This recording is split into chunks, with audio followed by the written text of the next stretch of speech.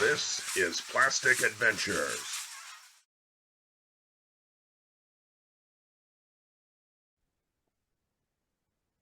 Hey everybody, it is Steve with the PATC, and I am joined by co-host number one, Doug, me being co-host number two. And on today's episode of The Sandbox, we're going to continue our brand assessment and discussion. We've previously covered a couple of the other, what we would consider to be like heavy hitter brands. These are evergreen, long-lasting, very tenured toy lines.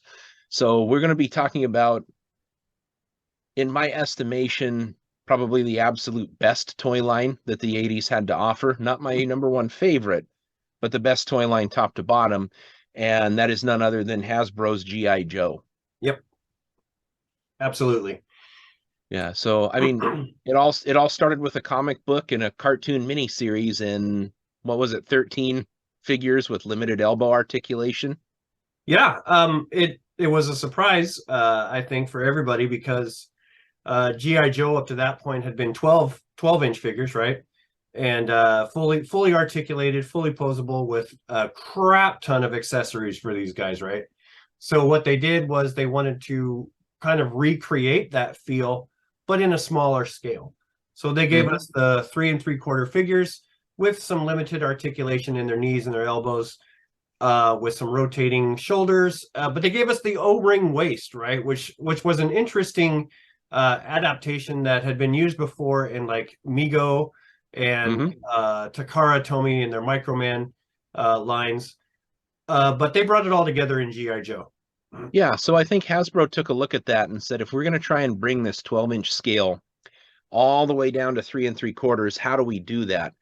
And I mean, Takara with Microman really, they like laid the groundwork. They And you absolutely had did. some lines at the time, Buck Rogers and a few other ones that had that same like straight arm, non-swivel Right. swivel arm battle grip. So um, they rolled out the figures, and then we got a cartoon mini series that I think really ignited the fans Oh right yeah. there. Yeah, that's Yeah, what got so everybody's attention, I think, was that Sunbow miniseries.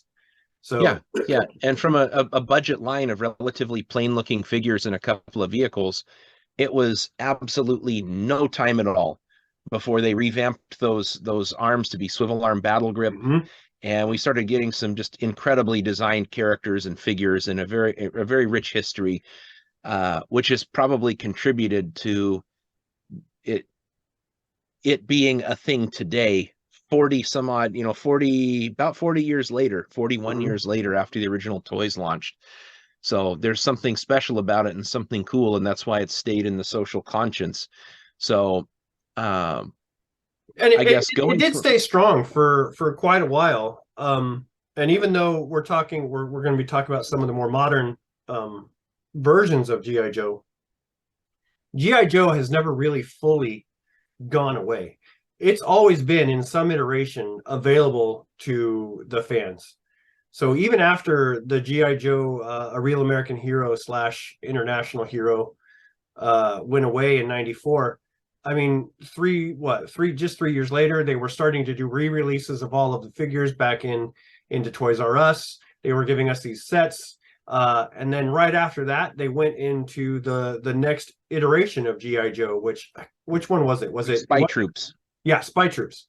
Well, actually, no, Valor versus Venom, Oh, where they tried to change up the articulation a little bit with the on those slightly classic bigger shoulders figures. and the bigger Yeah. elbows. Yeah, I So remember. it went from there, and the figures were really limited. Like they now only turned at the waist; they didn't have the O-ring. Mhm. But very, very, very shortly after that, Valor versus Venom went right back to O-ring and went into Spy Troops, and gosh, it was like 20th anniversary. And yeah, Yep, you're right, man. I mean, GI Joe, for a toy line to live 1 year in the 80s was huge. it was.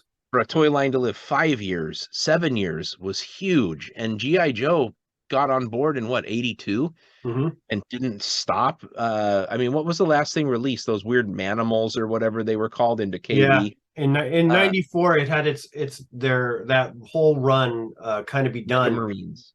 But seriously, I mean, it wasn't just like maybe 2 or 3 years later that GI Joe humped right back on the wagon and started giving us remolds and recolors and Yeah, and it didn't even really disappear because you No. went Sergeant Savage in the Screaming Eagles or whatever that was, G.I. Joe, Mhm. and then you had the only like super misstep was G.I. Joe Extreme Right.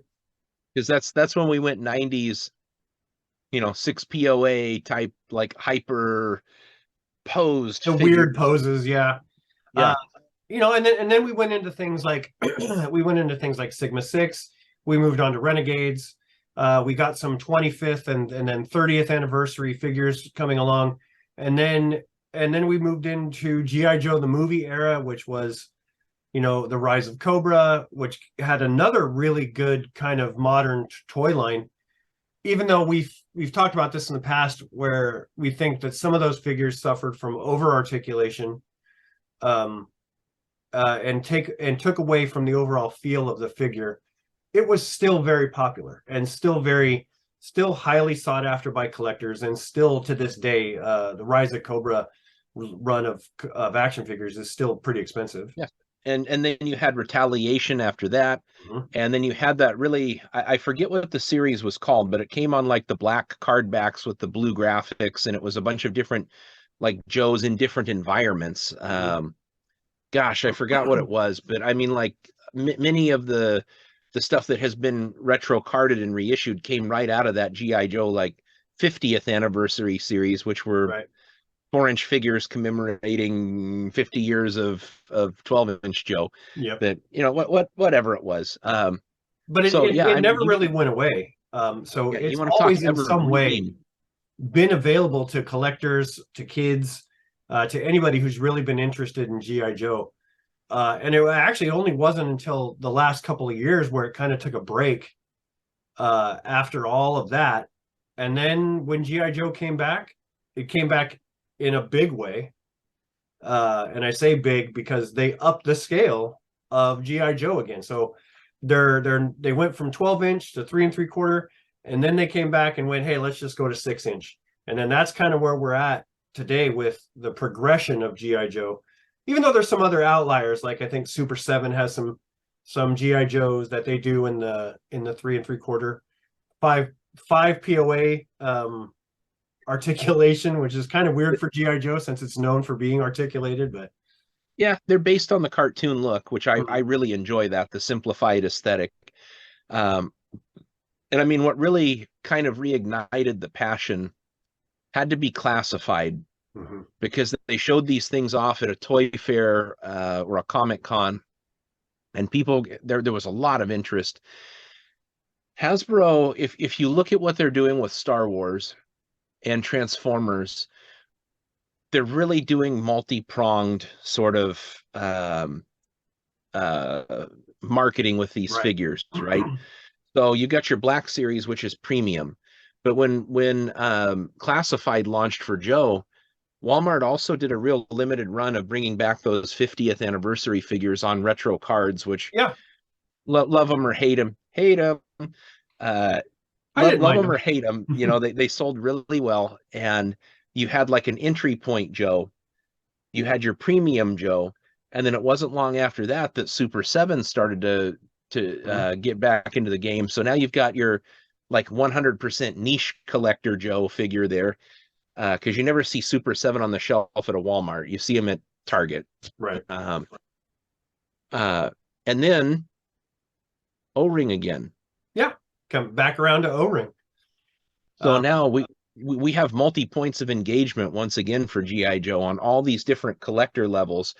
You'd always had things like from Hot Toys, right? They did this limited, like run of 12-inch Joes. Maybe it wasn't Hot Toys. I don't remember who put them out, but they were oh, really like the hyper bigger modern. GI Joes that were O-Ring related, but they were just big. Well, they weren't O-ring. These guys, they Gentle Giant did Yeah, the giant Gentle O-ring Giant Joes. O-Rings. Yeah. Yeah, no, what I'm talking about is the doll scale like Hot Toys type Joes that had come out, and they did like Beachhead and Duke and all the Snake Eyes and Okay. Commander and Storm Shadow. Anyways, that kind of stuff had always kind of been hanging out there in the collector realm, but really when Classified took off, it set in motion the wheels for Hasbro to just like crank this thing up, what they have been doing so well. And I mean, here we are with like a pretty good outpouring of Joe product. Oh yeah. If you caught our Toy Mill news segment just before we went into this one, GI Joe just today, a slew of new characters dropped for GI Joe Classified, and more are on the way. More are in the pipeline. So GI Joe right now as a brand is not showing any signs of slowing down or dropping. In fact, I think it's just the opposite. Classified is just ramped up year after year until we get to a point where I think we're going to pretty much have every character that we've ever wanted in some kind of 6-inch fashion. I really do. I think that you're right about that too. So as we did in the previous segments, Joe is definitely doing way more right than it is doing wrong. Mm-hmm. There have been a couple of banana peels that they've slipped on with all these terrific classified figures coming. I don't know how they crapped the bed with Falcon and with CoverGirl. Something didn't go right there, but those are fixable if you're handy with a paintbrush. As a brand, though, are they as healthy as a Transformers? Are they as healthy as a Masters of the Universe? Because both of those have one thing that Joe doesn't have right now. Joe doesn't have something like either a cartoon coming on to support the sales, Mm-hmm. or Joe doesn't have a movie right now. All it has is the nostalgia factor and the desire of the collectors right now. So it's, Yeah, I mean, so, which we've seen is enough to keep a toy line going, but is it as powerful as, say, Transformers or Masters of the Universe? yeah. And So Joe, I don't think so. No, Joe doesn't have the Netflix animated He-Man series Mm-hmm. where you've got children engaged at that level. It's probably harder to tell a military storyline. Maybe Renegades was the right direction that went into to market, because it stopped being like Team America World Police and it was more like A-Team. Yeah, exactly. Yeah, so that's really good. And God help them if they can make anything that resembles a reasonably good movie. Yeah. I mean, Rise of Cobra was a giant dog turd. I know that it sold some tickets, made some money, and it was the gateway for toys. Mm-hmm. They really try to course correct with Retaliation, and it's still awful. It was better than Rise of Cobra, but then that's not saying much, right? So, and then we ended up with movie with a guy who puts a Snake Eyes costume at the very end on, puts it on. Well, and then there was more of there was more mysticism. There was more magic in the Snake Eyes than I thought that there should have been, right? Yeah, way less Commando, way too much like mysticism and popcorn action flick. So exactly. I don't know, man. What is it going to take to get G.I. Joe back on track? I mean, how do you take an idea like an anti-terrorist group, and in today's filter, I think that we talked about this before, but I mean, how do you get that back out there to get that back in the social conscience? I think you, Tony, and I had a discussion specifically on movies. Mm-hmm. I mean, does it take some sort of more serious tone approach to it in a movie? It does. I think it's going to need to be. And I think if they wanted to, they could actually go another way, and not be animated at all. They could go to a more live action TV series, maybe Netflix special, maybe Hulu special, where they take a team of maybe 5 Joes and focus on their story, focus on something that they do that is significant, have this 5-episode, 6-episode story arc that is really good, condensed, and just kind of highlights what those characters are. And then if it's successful, roll into a second season where you focus on another set of characters and what this mission is that they're doing. Yeah, so you think you highlight an individual character per episode, maybe do a 6 or 8 episode run, Mm-hmm. to where like it tells the story of how Roadblock got engaged with G.I. Joe or Lowlight or somebody like that. Or maybe just pick 4 or 5 characters to have them go on a mission together. Maybe a 6-episode story arc of these 5 Joes going on this mission from beginning to end. And then the second season goes into another mission. I really think that you can do that story small too, where it doesn't have to be like, you know, they're going after Cobra, and there's this like 100-foot tall spire with a snake's head on top of it, No, and battlefield robots and no, all this I stuff. think if we I make think you can keep Cobra, it small. well, I think if we make Cobra a little more real world threat, as a smaller terrorist organization or a domestic terrorist organization, or however they want to do it, there's lots of real world examples that they can pull from to kind of emulate to make Cobra into. Yeah, I mean, We have a do you lot of think special going, forces that we can draw inspiration to from for GI Joe.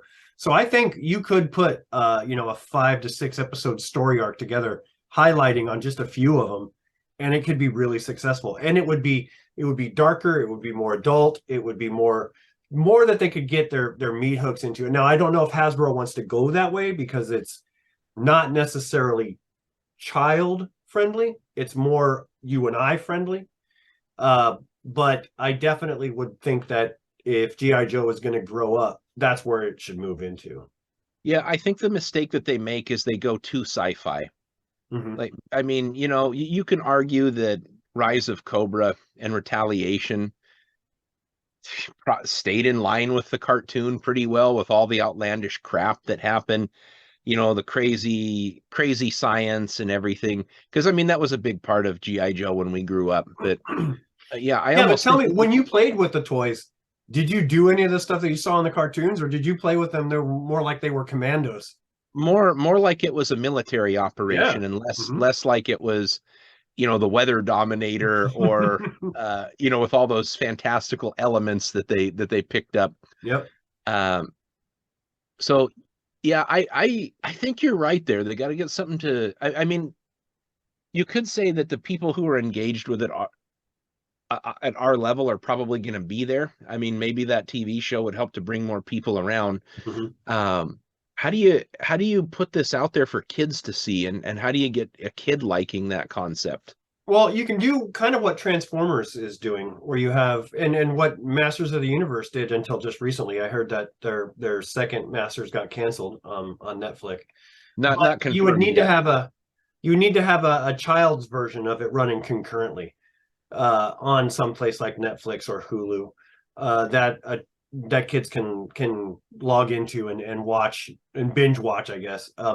So it would need to be some kind of animated story, and it could even be along the same lines as the adult versions, right? Just not as darker stories or not as gritty. Yeah, I think you can do like that neo military future type get up with that. You know, they could justify the lasers and all of that business, and the people jumping out with the parachutes. I think that there's a chance that that would work. I think what it would really take, though, is getting the characters to be really compelling, instead of just, here's your 6 Joes, and here's 6 people doing voiceover, and it's just their voice and they're acting out the lines. I think that the characters have to get really well defined. I mean, you might even have to go as hard, like over the edge, as like Bad Batch. Mm-hmm. You know what I mean? Like way over the top voice acting that Well, keeps me from if watching GI Joe that actually show. was more of the Bad Batch, it would be very successful, because Bad Batch, I think, is GI Joe on Star Wars. That's all it is. Yeah, I think so too. So I guess let's focus on the things that we do have coming right now. If you got to give it a letter grade to it, what do you call the Super 7 GI Joe offerings right now?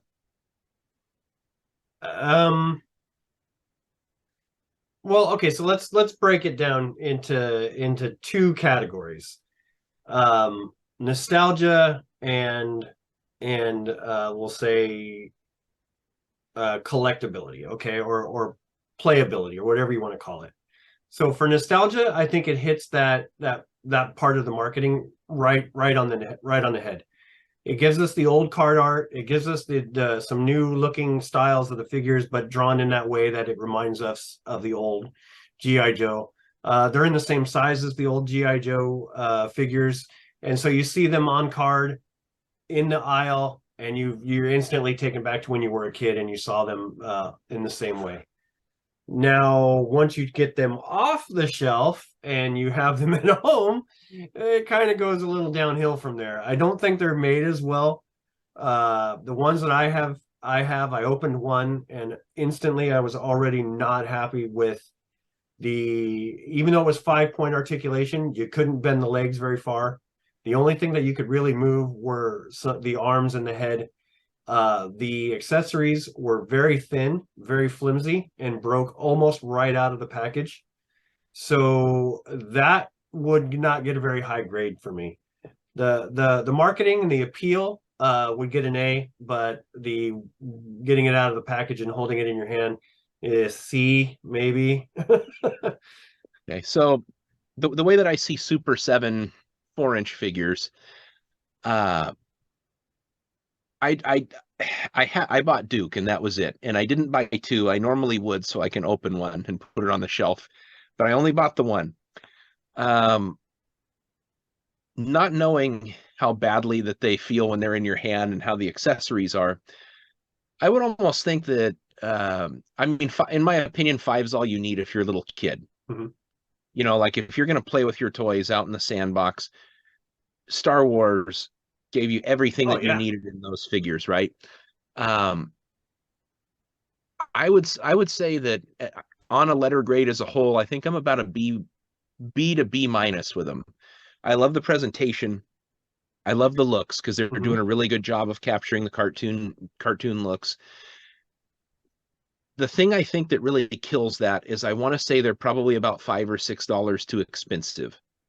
That's true. You got to pay those licensing fees to Hasbro when Hasbro should have been partnering up and taking a little bit less off of off of their bottom line and keeping these figures down there in that, like, $13, $14 range, even in today's dollars. Because $19.99 in 2023 dollars is still that, roll that clock back 10 years ago and you're paying like $13 for a $5 Star Wars figure. Yeah, those I think should squarely be in that $9.99 range. Yeah, and I mean, I don't think that they're worth any more than that. I really don't. Yeah, you could argue for 12 or 13 in today's market, but I mean, really, that's the biggest hamper to me. Let's go to Super 7 Ultimates. Okay, so the one that you're waiting for. Yeah. And so we've seen some more. We've seen other ones that are coming. I've seen those in hand on some videos. People have been posting what they have. Do they look beautiful? They look gorgeous. They look like they stepped right off the screen of the Sunbow cartoon, especially that Duke and that Snake Eyes. But again, I noticed that some people have said that it's suffered from the articulation points not being as articulated as they should be. The plastic feeling not as strong as, say, Hasbro's or NECA's plastic, which is weird because NECA is not normally known for having strong plastic, but yet there they are. Some people comparing them that they're actually weaker than NECA's plastic. So I think they're beautiful. I think they would look good on the shelf and then never touch them again. Yeah. I don't have one in my hands. I mean, it's only been 18 months since my pre-order, so I can wait just a little bit longer. I know they're shipping my Duke to me. As far as the accessories go and what they pack in, it's loaded. I mean, you could not ask for more stuff, especially like relevant cartoon stuff, to be packed in with these figures. I am very concerned about the articulation based on the articulation of Ultimates Optimus Prime. It was really piss poor. The scale is big. These are like 7-inch figures. They're not like the size of a classified figure. Again, I think one of the places where we really go wrong on these is that $54.99 price point. That's why I didn't get them. I was too way above the price point that I wanted them. I know you got Hasbro leaning pretty hard, but I mean, maybe you could justify 30 or 35 for these figures, but unless Hasbro's making 10 or 15 bucks a piece off of them, it's just really rough. So for me, without holding one, again, for me, this is probably like a B or a C for those. They're terrific. They're not considered essential for like a Joe collector, but they're really neat for getting those cartoon likenesses. Well, I mean, I mean, you got to take into account once shipping and everything is all there. You've spent close to $70 on one figure. That's Yep. a lot of money. Even for collectors like us who really love toys. Like I said, it's hard to kind of pivot to that once you're already kind of spending what, $25 to $30 for classified figures. I mean, that's a lot of money to ask from collectors. Yeah, that's a big step up. And I mean, even though it would technically be niche, just like the little 4-inch figures, Mm-hmm. that's pretty rough. I want to say that they're kind of missing the mark a little bit on that line, but it's not an F. No, it's not It's an just F. No, something you no. got to really want. You got to really want Snake Eyes to have his flesh-colored hands Yeah, to exactly. buy those. But I think the winner of G.I. Joe right now is definitely the classified series. Yeah, so thinking about classified, that's an easy grade for me to give. What's yours? Oh, it's going to be B plus A in that area, A. I think. Yeah, we've had just a couple of tiny little missteps in that Mhm. line, but like virtually everything that has come out has been terrific for Yeah. that line. You couldn't have asked for a better collector oriented line. It's Black Series Star Wars level for G.I. Joe. Um, I don't buy it because I'm going to go way down that rabbit hole if I do, and I don't have that kind of space. It's a hard one because they are such beautifully crafted and created figures.